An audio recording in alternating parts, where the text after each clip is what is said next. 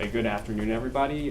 We are the Trimless team. My name is Tony Young. This is Jose Mendoza, Srinivas Kara, Alex Lopez, Anzar Latif, and Daniel Antonella.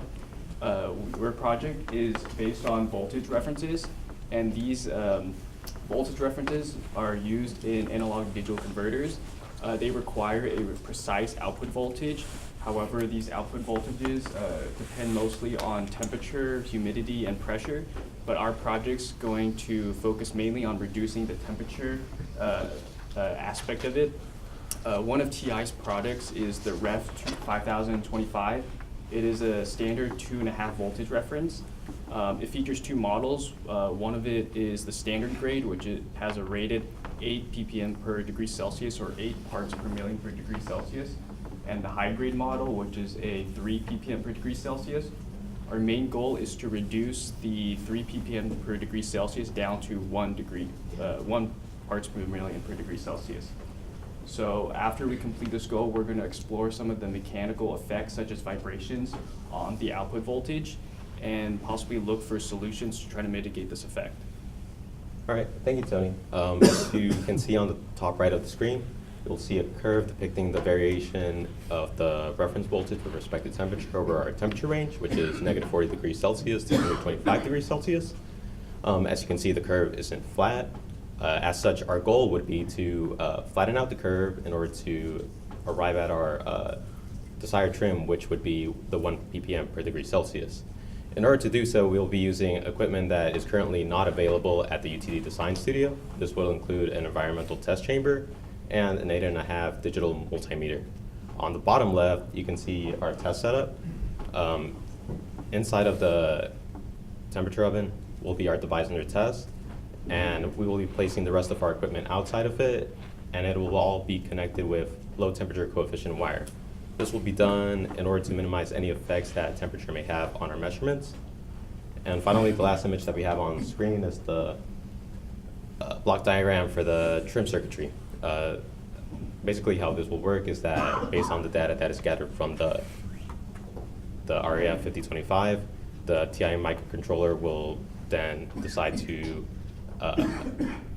give the RAF 25 a correction fit via the trim pin of the RAF 5025 in order to achieve the 1 ppm per degree Celsius. Thanks, Jose. So for us next semester, our successful outcome would be to get our devices to be have a 1 ppm per degree Celsius drift. And that'd be over from -40 degrees Celsius to 125 degrees Celsius. And for us to do that, we would need to have our best fit curves to be with the fewest points possible in order to fit that very efficiently. So that's our project, and if you guys have any questions, please ask us. So it's not a closed loop system, obviously, because then you would have to be able to measure with higher accuracy than the accuracy you're targeting. I'm guessing that you'd be characterizing it and verifying this simulated sweep, and the hope is that all devices are within a small delta from one another, enough to meet this accuracy? That's so correct. So it's a feed-forward kind Yes, of yes. There's no closed loop control on there. Simply because it's just not going to be practical at this scale to do it on a wide scale.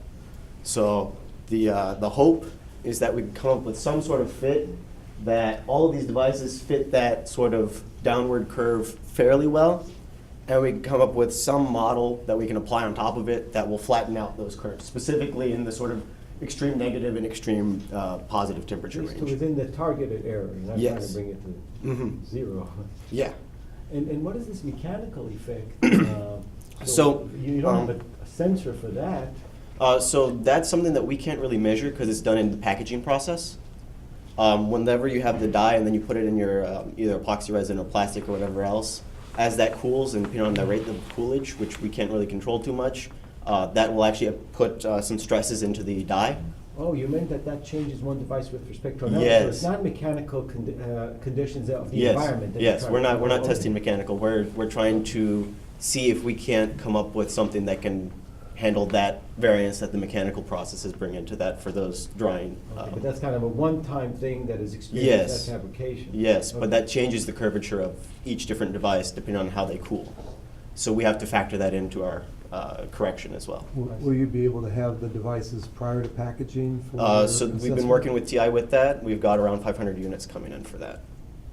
Without packaging? I'd have to double check, but I know that at least some of them shouldn't. I don't know how we'll package them. That's another thing we'll have to talk with them about, but we should at least be able to see the before and after effects. It'd be and interesting to characterize see, them. to characterize the device before it gets Mhm. packaged, and then characterize exactly that same device Yes. after it's been packaged, See there's a difference. and see Yeah. what kind of difference the packaging itself Yeah. is inducing. Yeah, so that's our primary goals here. Okay, let's thank the team.